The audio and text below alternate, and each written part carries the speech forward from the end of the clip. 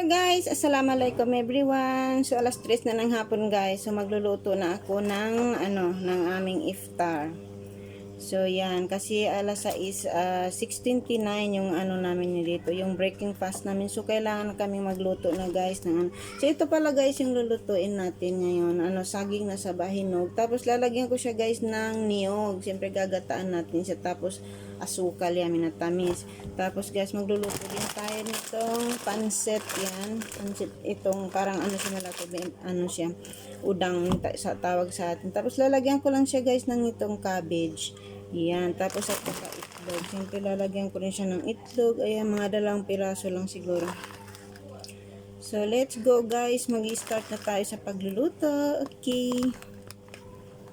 So ayan na guys yung ating saging namin na tamis na may gata. So ayan, kumukulo na siya guys. Malapit na siyang maluto. So nilagyan ko lang siya ng konting harina para medyo lumapot siya. So ayan, hintayin na lang natin siyang maluto.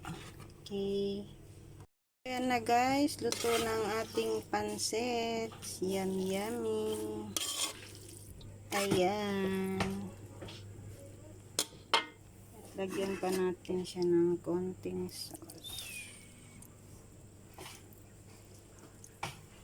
Okay.